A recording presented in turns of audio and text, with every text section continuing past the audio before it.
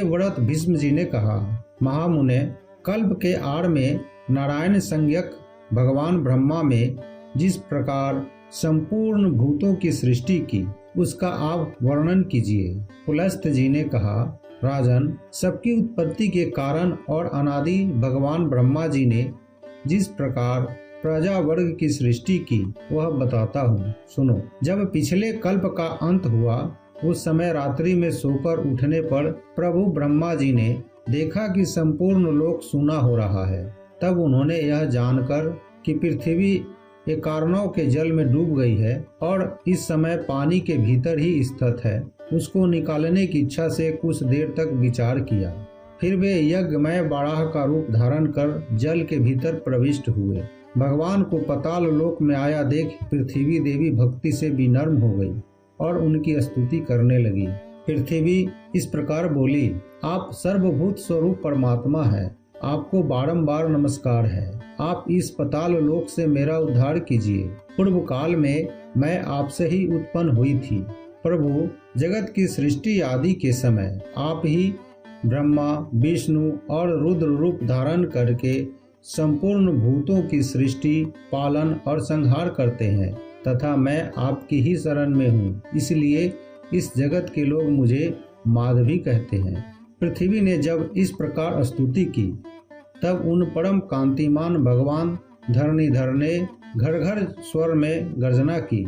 सामवेद उनकी इस ध्वनि के रूप में प्रकट हुआ।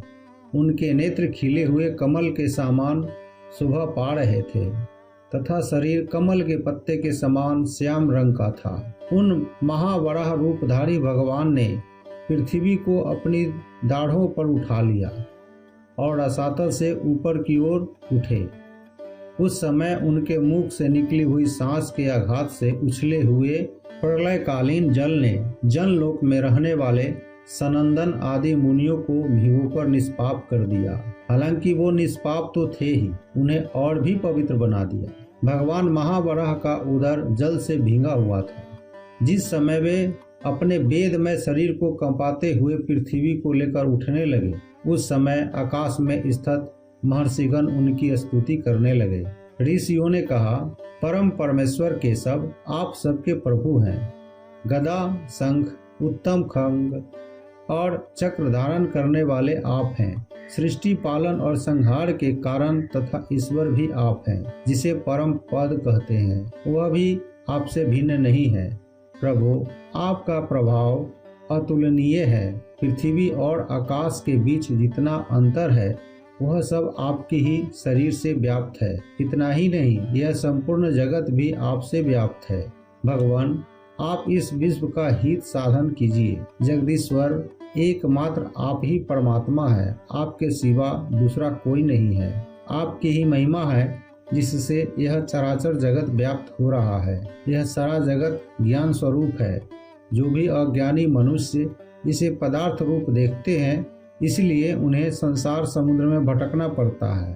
परंतु जो लोग विज्ञान वेत्ता है, जिनका अंतःकरण शुद्ध है, वे संसार को ज्ञानमय ही देखते हैं, आपका स्वरूप ही समझते हैं।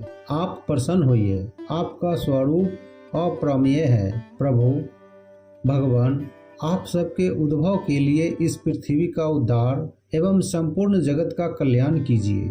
राजन, सनकादि मुनि जब इस प्रकार स्तुति कर रहे थे, उस समय पृथ्वी को धारण करने वाले परमात्मा महावराह शीघ्र ही इस वसुंधरा को ऊपर उठा लाए और उसे महासागर के जल पर स्थापित कर दिया। उस जल राशि के ऊपर यह पृथ्वी एक बहुत बड़ी नौका की भांति स्थित हुई।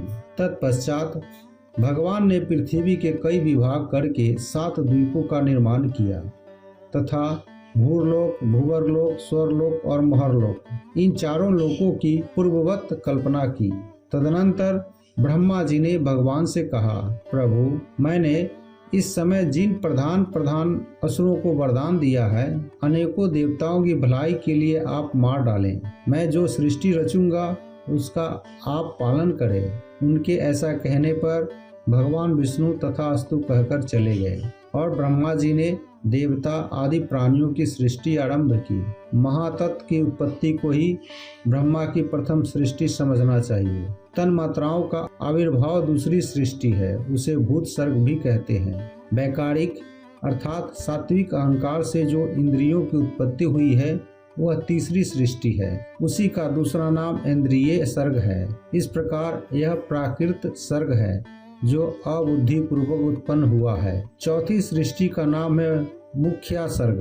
पर्वत और वृक्ष आदि स्थावर वस्तुओं को मुख्य कहते हैं। तिर्यक स्त्रोत कहकर जिनका वर्णन किया गया है वे पशु पक्षी कीट पतंग आदि ही पांचवी सृष्टि के अंतर्गत हैं।